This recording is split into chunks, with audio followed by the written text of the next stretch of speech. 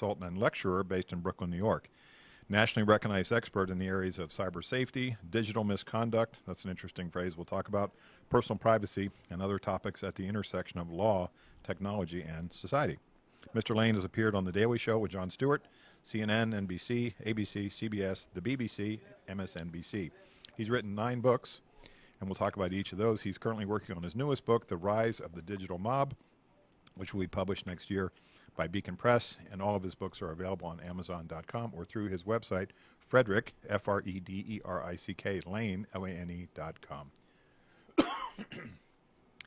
Fred, thanks for being with me today. I'm fascinated by your story about how, as an attorney, you got into this work, and then the sense of this complex subject of cybersecurity and cyber safety is changing every moment, is it not? It really is. I appreciate the chance to talk with you, Steve, and thanks very much for having me on the show. It's a great opportunity to let people know about some of the emerging issues that they really need to pay attention to, both within their own family and honestly within the country more broadly. So yeah, there's a ton of real estate for us to cover. I can give you the very quick sort of background in terms of how I wound up here. And it's pretty straightforward. I went to law school. I graduated from Boston College in 1988. I clerked for a couple of years for a judge out in Springfield, Mass., and then moved up to Vermont, where I practiced insurance defense law for about 5 years. And that was enough to teach me that day-to-day lawyering was not what I wanted to do. And I was fortunate in the sense that I had a lot of exposure to computers throughout my childhood. We had pretty progressive schools in terms of bringing technology in. So I moved into computer consulting, starting off with law offices in the Vermont area. And while I was doing that, I wrote a book proposal and managed to publish my first book called Obscene Profits, The Entrepreneurs of Pornography in the Cyber Age. Wow. And that was really it was as you can imagine, a fascinating topic. It was really the first book that looked at the emerging online adult industry, both in terms of the economics, which were a preview of what the internet was going to do in numerous industries, as well as the social impact. What does it mean that all of this adult content, which previously had been under the counter in the back room of a Blockbuster or something like that, was now going online, where it would be accessible by anybody? And we're still grappling with the implications of that. But on a personal level, what that caused, or what that led to, were attorneys who had computer-related cases, and they needed someone to help with that. And between my consulting and having written this book, it seemed like a natural thing for them to reach out to me and ask me to assist with what became known as computer forensics. So when I first really started doing it, nobody really called it that because the term hadn't really emerged. So that's really from crazy. a non-lawyer's perspective, that would what we would call the layman we'd call digital discovery. You had a lot of those things about how computer data, imagery, bytes, bits, reports, things are captured, and how you can extract those and start to use them for cases. Yeah, exactly right. And electronic discovery or digital discovery now has kind of been adopted as the phrase for civil litigation. So what it really gets to is turning materials over in digital form. Computer forensics is a lot of the things you talked about, but honestly, the best explanation for your audience is it's the tools and technology that are used to recover deleted data. So, in the most innocuous situation, if someone accidentally deletes their term paper or their thesis for their PhD or, 10 years worth of photos, a computer forensics expert at least has a possibility of going in and retrieving that data from whatever hard drive or laptop or what have you. Obviously, in the criminal context, if someone has done something criminal, they often try to hide their tracks by deleting data. And what many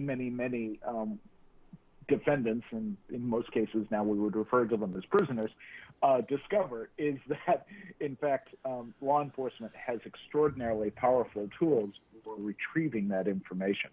And so that's really the main purpose of computer forensics. You know, when we think about pornography as a subject, I used to teach a class at Chapman University in San Diego on sociology, and the pornography discussion came up as, part of the core modules in the course. And what I discovered in looking at, it's a vast concept, how we capture pornographic images in our society.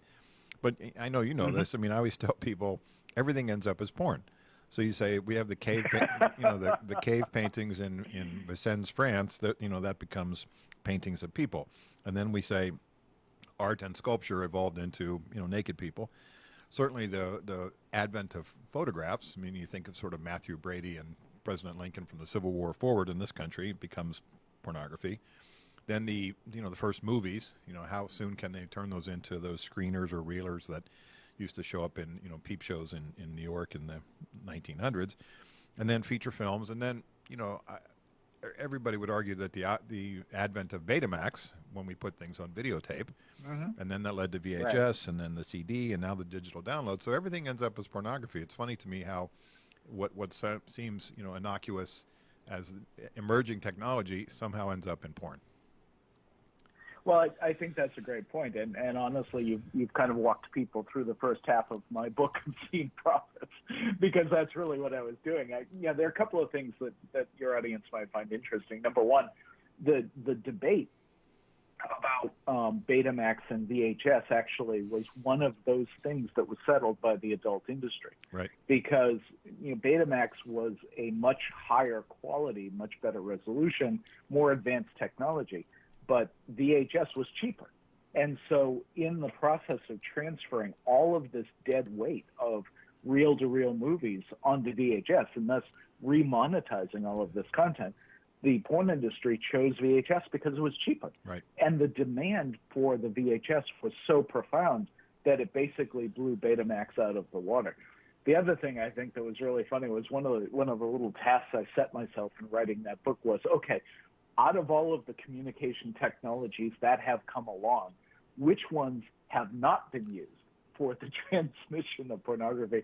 And it's a really, really small list. I think the only one that I could say definitively was the telegraph. Right. Because even fax machines, of course, can be used to transmit images and so forth. So, yeah, no, you're absolutely right. And there's actually a meme on the internet called Rule 34, which basically says, if it exists, it's either been used in a porn film or to transmit pornography. So, wow. Yeah, it's a very pervasive issue. And one of the things when I go out to school, Steve, and I think you probably are on the same page on this, is trying to get parents and educators to appreciate the fact that we don't fully get yet what the potential impact is on all of this on our kids. Because kids have never had the access to adult materials in written history as they do now, and it's a pretty significant sociological shift. I'm almost 58 here, and the running joke with me and my pals, I spent the week in Kentucky with my best friend last week, and we say to each other, if at age 14 we had been given a handheld device that could give us the access to the entire world, sports, music videos, games, unlimited pornography, chat with others, we'd never left the house. We never would have went to play football. Many don't today. Yeah, we would have stayed in the basement. Our parents would have had to pry us out of the house if that device existed. So I guess, the evolution of where we are, and I have a daughter who's an adult, 27, and I was worried, back in those days, how soon can you give a child access to a phone or access to a laptop or a tablet. And you've seen in your work, I'm sure kids as young as 6 or 7 or 8 that have the ability to climb up onto the desk at home and access the laptop or the desktop or get to their parents' tablet, or parents have given these kids tablets or cell phones. What's the youngest age you've ever seen a kid walking around with a smartphone? 6 or 7 or 8? Or 3. Oh, my God. 3. Oh, Yeah, and honestly, Steve, this is the research that I do every single day. The earliest cases that I've had of kids sending inappropriate images of their own bodies is 5. Wow. So and those things can. Go ahead. I'm sorry. Go ahead. So there's a mindset with parents that somehow they need a cell phone for safety. I need to be able to get a hold of my kid at a moment's notice. Well, you and I managed to survive without our parents, pestering us every 5 minutes. And this idea that, we have to get a hold of our kids right away. What if there was an emergency? But that's just such a Pandora's box in terms of the technology. I mean, I don't think how forward. That's why your book's so important. How forward thinking are the majority of parents about what they don't realize, what their kids can get access to on a smartphone. Well, it is hard, and in terms of the ideas that I present in raising cyber ethical kids, one of the most important, I think, is this concept of least feasible technology. And by that, I mean parents really need to think about what is the lowest level of technology that their child should have in order to accomplish whatever it is that needs to be done. And, of course, part of the discussion is, what are, in fact, the needs? And you and I, it sounds like, are almost exactly the same age. And yeah, we totally survived going through elementary and high school without all of the bells and whistles. But it would be unfair to parents today to not recognize that things have changed, that there are threats that pop up in schools occasionally that obviously can cause panic with parents, and they need to get a hold of their children and so forth. And in a much broader sense, kids are much more organized and calendared today than I think you and I were. Sure. I mean, we would go home after school, and it was an open field. Sure. You would figure out what to do. And actually, one of the great things was you had to learn to cope with your own boredom, which I think is actually a profound life skill that people don't have as much today. So that's another issue altogether. But I think in terms of this idea of least feasible technology, elementary school kids are a perfect example. There are plenty of phones out there that you can hand to a kid. We just got back from the UK, as you know, and when we were over there, we needed a British number, and we got one of those little, what they call candy bar phones, right? Which, really minimal functionality. It may have had a camera, but it was, essentially like a 2001 Sanyo lens, which is to say you'd get a postage stamp photo out of the whole thing. But you could make calls, right, and people could call us back, and it was very easy. That's the kind of thing that parents should prioritize for elementary school kids, because there is absolutely no reason for a child, really, frankly, below high school, to have the capability to broadcast themselves to a global audience. One of the things in your book, which I think is a core, if I look at your book as I have, the core sort of theme is this family acceptable use policy. So we'll talk about that, and I want to give you a time to explain that. But I think, that sense of that phrase, family acceptable use policy, is built into an agreement that parents have with their kids, where the parents are still parents and in charge. There's a sense of structure and boundaries around what the kids' access to the internet is. So I'm keen to hear your thoughts on that as kind of the core of the book. The other thing I have a side consultancy where I work with libraries, and I teach library security. I'm a workplace violence guy, and so I teach library security. And one of the larger issues, and you can look at this sort of in 4 ways. Some libraries in this country do not filter, and they do not address the behavior of patrons using the internet. So it's basically open season. You can do whatever you want, including pornography or even child pornography sometimes, because they say, well, we're not in the image police. Then there's the other end of the spectrum, which is the library has filtered programs, things like WebSense and things that you know a lot more than I do. There's probably a long list of those that filters out, objectionable content, typically pornography, but maybe violence and other sites and things like that. And then also, not only do they have the filtering in place, but the staff is quite vigilant about catching these male perpetrators who are bringing up the stuff. And then there's sort of an in-between area, which is we don't have filtering, but we're very vigilant about what people display on the internet in our library. And then the other one was we do have filtering, and we just let the filtering do its work. So there's sort of 4 areas there where, the average soccer mom, walking past in the library on a Friday morning at 10:30 in the morning and looks over and sees some guy looking at pornography is rightfully outraged. And I always say, what are we doing about that in the library community? And the answer I mean, if you look at the American Library Association and some other places, Public Library Association, there's no fixed sort of sense of this. It's, well, free speech. So what is your take as an attorney and certainly study the First Amendment about when does free speech cross the line in terms of objectionable content that's being exposed to little kids? Well, that's wow. There's a lot of facets to that question. Sure. Just let me kind of put my cards on the table in the sense that I'm a very strong First Amendment advocate. Probably not a absolutist, but I'm pretty strong on the idea of protecting speech. Right. So that's one piece of it. That's sort of my personal background. I've actually had an opportunity to work on these issues a little bit. My sister and her husband are both librarians in Massachusetts, and I've done a little bit of work with Simmons College, which you may know is one of the leading library programs in the country. So we've talked about this quite a bit. I would say to you that, libraries are absolutely entitled to set reasonable use restrictions in terms of how their equipment is used, because they're not really censoring access to the content globally, right? They're not trying to shut down someone's ability to go to a friend's house and look at whatever they want, or obviously in the privacy of their own home or what have you. Right. But there's reasonable accommodations to be made in terms of the sensitivities of children. I mean, many states, as you're well aware, have harmful to minors laws, which prohibit the distribution of material that is quote unquote harmful to minors. And we could have a long discussion about obscenity standards and how that plays into all of that. But, in a public space like that, it's not inherently unreasonable for a library to say that's not acceptable behavior within this community. Just as they make editorial decisions. I mean, they're essentially gatekeepers, aren't they? Right. In terms of what books they select to put on the shelves.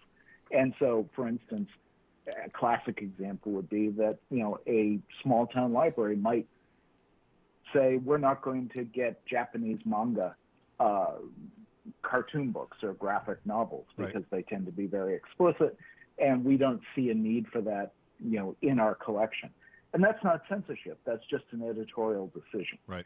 So I don't see any problem with the approaches that you outlined. I will say that in my experience, my preference would be to have an approach where the monitors are all visible, both to the public and to the staff. And, the staff can step in and basically enforce rules. And obviously, you explain the rules to people before you allow them to use the computers. And that seems very, I think, straightforward and accommodating.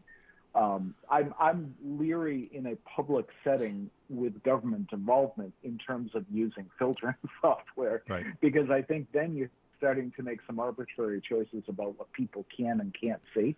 And in my experience, the filtering program tends to be overly inclusive. Now, I have a different attitude on that for parents, but that's another issue. Yeah, I want to talk about the family acceptable use policy. One more thing about the library, just put on your psychology hat for a second, which is, I work with what I would call challenging patrons, really difficult guys. They're drug and alcohol issues, homelessness, mental health concerns. But there's also that percentage of patron, and I'm asking you to think, it's like a psychologist here for a second, is what is the compulsion in a public space for a male, usually an older male, to pull up pornography in front of God and everybody and sort of proudly display what he's looking at as folks are walking by. I've never understood that. I mean, you think about pornography as mostly something that's viewed in the privacy of your bedroom or at least privacy of your home. Mm-hmm. But these people have no compulsion about what they're exposing other people to. I'm just wondering what your thought is about what's the thrill? I mean, is it I want to be provocative or what's the thrill? Yeah, well, and honestly, Steve, over the 20 plus years that I've worked in computer forensics, I've had a chance to look at the psychology of people who are involved in this type of behavior. And I will tell you that it really runs the gamut, right, in terms of human behavior. Because, yes, you do have some people who feel an added thrill because they're transgressing in public space, right, or because they're exposing other people to their material, to the things that they find arousing. Then I think, another percentage of the people, and probably honestly the larger percentage of the people, are individuals who are sufficiently disassociated from kind of social values and social guidelines that it never occurs to them. Wow. That it's a potential problem. Wow. And, I have a little bit of anecdotal evidence on this because my brother-in-law, Matt, the librarian, for a number of years did the overnight shift at the MIT main library. Wow. And as part of MIT's charter with the city, they basically promised to have a 24-hour library that was open to everybody. And he had a not insignificant homeless population that would show up when things started to get cold, and they'd be using the computers. And, it was just like they're checked out. They're just not really thinking in terms of the way that most people think, in the sense of what will be the consequences of my actions, how will it impact other people. Those are elements of a functioning society and a functioning personality. And for a lot of people who go down this rabbit hole of, increasing hardcore pornography or even child pornography, they've taken significant steps away from those values. Right. In your book, we talk about the family acceptable use policy, and I'm really keen on hearing your thoughts on this. You say in chapter 1, a family acceptable use policy, FAUP, can help you and your children understand the benefits and risks of using the internet and electronic devices, and establish household rules. And you and I talked about the importance of boundaries regarding their use. It's a document that can be used to organize and clarify family values, which I think is a key phrase, regarding online behavior and the consumption of media content, and will help children understand the consequences of their actions. So I think that's a really powerful paragraph. And so give me your sense of how you get parents to buy into the concept and put it to use. It's a great question, Steve. I want to start because it's important for me to do so, or by giving a shout out to a good friend of mine, IT specialist named Keith Zamudia, who worked for the Cordova School District up in Cordova, Alaska for many, many years. And I've had the really great opportunity to go up to an educational technology conference up in Anchorage, 5 or 6 times out of the last 7 years, which is where I met Keith. And when we first started talking about these issues, he mentioned to me that he had written one of these for his family. And we ended up talking at length about why he had done it and what he thought it accomplished. And so a lot of this book, Raising Cyber-Ethical Kids, is an expansion of the things that he and I had talked about. And one of the things I think was really interesting in that suggestion and conversation is this idea that it is, in fact, an opportunity for a family to figure out what are their values around the use of electronic devices, and how do people honor those values, and what are the behaviors that are expected in order to uphold those values. And actually, I think we can tie this neatly back to the First Amendment discussion we were having, right? Because one of the reasons I think that a family acceptable use policy is a good way to go is that it is taking control over access to materials from outside authorities. So if you have sat down with your children and you've talked with them about what choices they make about what they see online and what the context is for things that they see and how they should react, then you're not relying on a city or a state or a federal government to do that work for you. Right. And in a way, it's a very pro-First Amendment approach, because basically what I'm suggesting is that every family is going to have its own values and its own boundaries for how devices get used and what material is accessed. And those decisions should be made on a family-by-family basis, not at a higher governmental level where we're trying to do one policy for everybody. So you really see it as mind, a contract. I mean, it's a literal contract, a behavioral contract, and yes, it's age appropriate. Certainly, it's different for 10-year-olds as it is for 16-year-olds. But it's really it's an empowering document from the standpoint of the parents to say, I have to take some ownership not just hand my kid this tablet, this phone, and then wander off. Oh, it's a huge part of it. Absolutely, Steve. You put your finger on it. And look, I did a media interview the other day that raised the issue of, is this really just a pro-attorney book? And yes, I do call it a family acceptable use policy, and I do suggest that it take the general form of a contract. But I don't want you or your listeners to come away with the idea that, this is something that needs to be witnessed, notarized, signed in blood, anything like that. This is really... It would help, though. Well, possibly, depending on your kids. But this is really what I consider to be a framing document. That is to say, it frames a series of conversations between parents and kids. And the other important thing about that is that in order for any agreement to be valid, and I can say this as an attorney, there needs to be a meeting of the minds, which is to say both parties to the agreement need to understand what the terms are and agree to abide by them. And I think, you've been kind enough to go through the book, you're aware that I talk about the fact that parents need to look at their own digital behavior as part of this. And what many parents don't realize is that kids are very sensitive to their parents' use of technology. Right. And one of the leading complaints by kids in various surveys that have been done is that they're competing with devices for their parents' attention.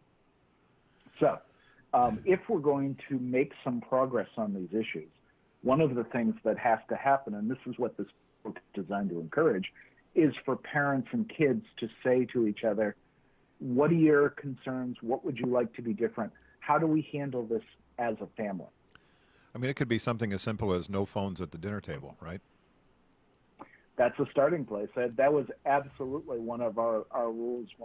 My wife and I are a blended family with 4 boys between us. And, of all of the rules that, would ebb and flow, that was the one that we held pretty consistent all the way through childhood, was that, at not just the dinner table, but when people are sitting down to eat together, right, it's not a conversation into which the world comes through devices. It's 6 or however many people talking to each other over a meal. And that's a great place to start. So what's your answer in the context of sort of the pushback? There's a sense, you have boys, of peer pressure and a sense of, as they come into puberty and their adolescence, and there's that challenge factor. They challenge authority, they challenge teachers, they challenge coaches, they challenge their parents. What's the, how do you have that really difficult conversation that says, look, I'm still in charge here. I'm still your parent. I'm paying for this device. I'm paying for the internet service. I mean, I have the right to enforce these behaviors, and there's a pushback, which that 12 to 15-year-old range with kids is really tough. Yeah, I was laughing a little bit when you were talking about having a 27-year-old daughter, because that's the age of our 2 oldest boys as well, and it's really good to be on the opposite side of that 12 to 15 year age it was rough. Gap. But it was a thing. But, honestly, Steve, I think there's a couple of answers to that. And you touched on one right off the top, which is, who's paying for the device? Whose device is it anyway? And, of course, kids get very attached to their devices. The software is designed to allow personalization, and anytime you personalize something, you develop an emotional attachment to it.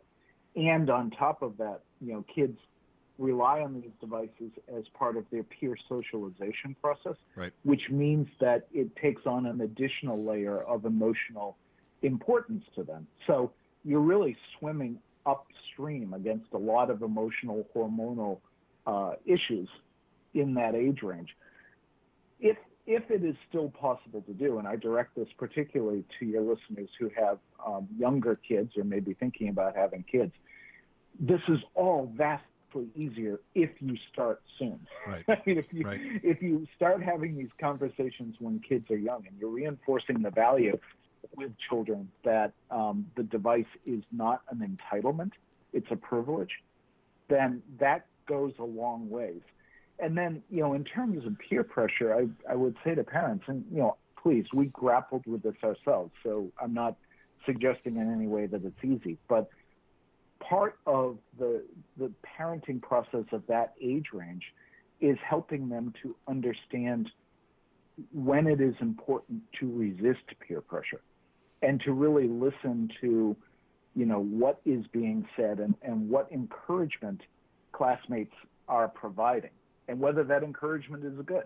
I mean, the line, I'm sure my mother used to say all the time, well, if everybody was jumping off a bridge, would you do that? Right. It's very straightforward, and it's hard. It really is hard because these devices are honestly specifically engineered and designed to be emotionally compelling. So there's a concept that comes up from the web designers, as you know, called stickiness, which is, Facebook is sticky and YouTube is sticky and Reddit and everything else. And so, you've seen the studies where there's actually an endorphin rush when you get a response to a photo that you put on Instagram, and there's an endorphin rush if you get a response to something you put on Twitter. I mean, it may be minuscule, but collectively. So this idea of the stickiness, that's a tough battle for parents with the teenagers to say, there are folks staying up nights 24/7, how to get my kid addicted, connected to whatever phrase you want to use to their device. Yeah, and addicted is not an unfair word in this universe. Let's be very clear about that. And that, honestly, Steve, is one of the profound concerns about video games. Right. I'm not a doom and gloom guy about video games in general, but it is important to recognize that the entire reward structure of video games, putting aside the violence, which is a whole nother issue, but the reward structure of video games is specifically designed to tap into that endorphin mechanism. And that's one of the reasons that kids wind up playing like 2 straight days, on given games. It can be incredibly absorbing. And we, again, have not really sat down as a society and addressed that. So one of your... for parents who are looking for answers, though, again, starting early and just endless conversation with kids about these issues and checking is the best. Yeah, and checking in with them on a regular basis. So the family acceptable use policy is not a one and done conversation, as you're saying. Oh God, no. And I think you highlighted the fact that there are different suggested topics for different age ranges. Right. And one of the reasons I did that is that, when you're sitting down with your, first or second grader, you're going to be talking about different things than you will with someone going through middle school or high school. So, the goal, I hope, with this is to encourage parents to see this as a childhood-long conversation. So to help kids understand. Your new book's called Raising Cyber Ethical Kids. One of your past books was called Cyber Traps for Expecting Moms and Dads, and you've also got a book you're working on, Cyber Traps for Educators 2.0. So define for us what a cyber trap is. Sure. A cyber trap is the term that I use for basically an unexpected consequence that arises from the use or misuse of a digital device or electronic communication method. Right. So, classic example is you're sending an email to someone, and let's say you're sending Valentine's Day greetings to your spouse, and maybe it's a little smoochy and a little bit, risque, and you accidentally send that to your entire company. Right. That's just your classic cyber trap. The cyber traps for expecting moms and dads, which I wrote, summer of 2017. That was really intended to help new and expecting parents understand the device and social media implications around pregnancy and infancy. Right. So, a good example is, and I'm going to pick on my sister Kate again, the librarian. Her 3 daughters have probably one of the biggest social media profiles you could imagine. She's really proud of them. They're great kids.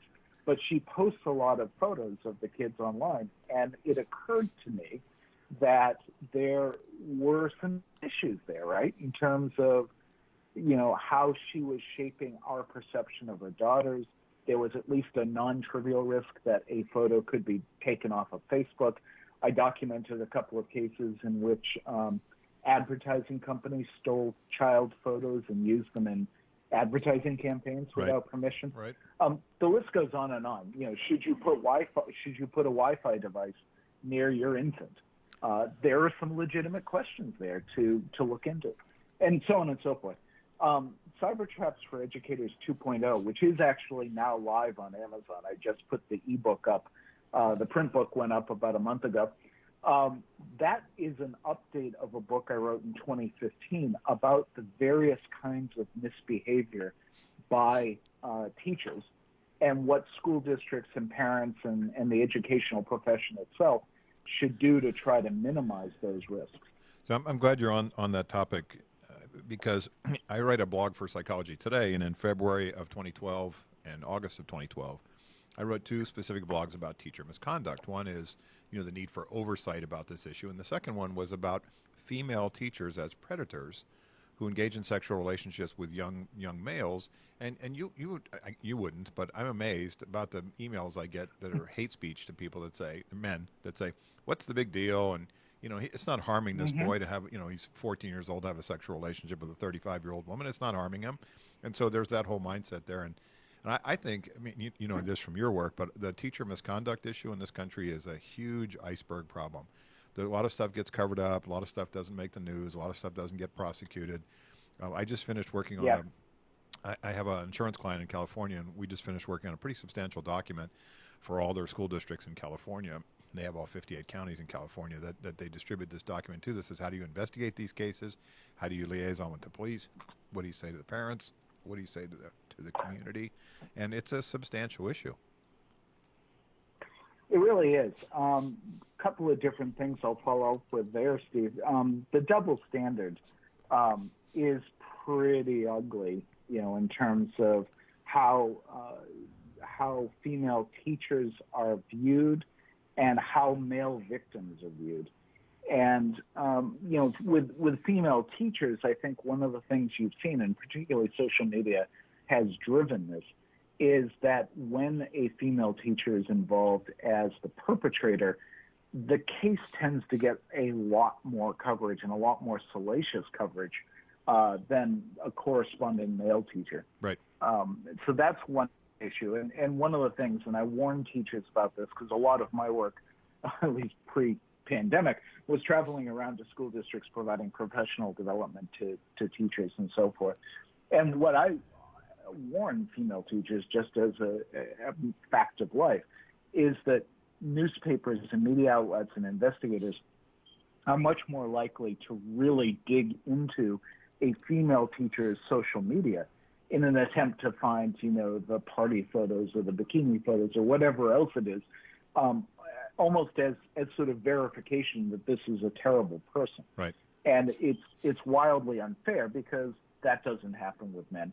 With respect to male victims, the only thing I would say to people is just watch some of the victim impact statements that are recorded and available online, where you've got parents and aunts and uncles and grandparents talking about the impact on the male child, in terms of their confidence, their ability to cope in school, their long-term relationship implications, so on and so forth. Suicidality? And, what's that? Suicidality? Oh, absolutely. No question about it. And there is a joke about it. There's a number of sad jokes about it, but it's really quite devastating for both men and women, young men, young women, to be a victim in this kind of situation. So in terms of the overall scale of the problem, I got to tell you, I think that there is a percentage of there's definitely a percentage of cases that do not get reported. I've been involved with a group called Sesame, which is Stop Educator Sexual Abuse, et cetera, and their goal is to reduce or minimize the practice of so-called passing the trash, right, in which a school district does not report what a teacher has done, kind of shuffles it under the rug, and then allows that teacher to go to some other jurisdiction where, unfortunately, more often than not, they reoffend. So yes, there is a problem out there. I do want to reassure people, though, that we have over 3 million teachers in the United States, and we are still talking about a very small percentage of people who engage in the worst behavior. Let's be clear, my book, Cyber Traps for Educators, covers, I think, 30 different topics, and there are a lot of different cyber traps that teachers can fall into. But in terms of most egregious behavior, I do think it's still a pretty small percentage. So you were talking about your sister and her kids and the posting of social media. My sense is, and you would know better, is that I don't think that kids, especially younger, teenagers, just have a sense of the permanency of imagery on the internet. So a photo of you with your dogs gets somehow manipulated by somebody, or a photo with you standing with your friends at some event gets manipulated by somebody. And I mean, now we're seeing videos that can be manipulated. These folks are really good at the equivalent of whatever Photoshop is for videos, to put people's faces into videos. And you look at all the stars, female stars that have had their faces put into pornography and things like that. So do you have a sense from your work that teenagers in general, kids in general, have any sense of the permanence of their media? I do think that there's some growing awareness. I mean, I think we should be fair to kids these days and acknowledge how media savvy they are and social media savvy they are. They really do have crazy technical skills.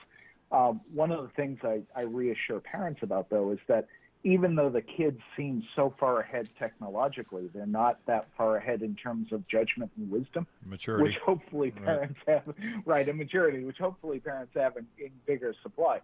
The thing is this idea of permanence, right, has filtered into the mindset of kids in a couple of different ways. I think it is increasingly true, and this is both a good and bad thing, that kids set up different accounts for different purposes in their lives. So they'll have just by way of example, they'll have a Facebook account that's relatively clean and sort of college application ready, that shows all the good stuff they're doing, blah, blah, blah. They might have a Instagram using a different name that's a little edgier, and they express themselves a little bit differently. And then they might have a Snapchat where, sort of the quote unquote action occurs. So there is some curating that takes place with imagery. Where I think there's a problem, and this gets back to computer forensics a little bit, is that kids don't understand how easily even Snapchat images can be captured and preserved. For those who don't know in the audience, of course, Snapchat prides itself on the fact that any image that you send using the app will disappear within, I think, a maximum, 20 seconds. Wow. And you can set that from 1 to 20 seconds. Right.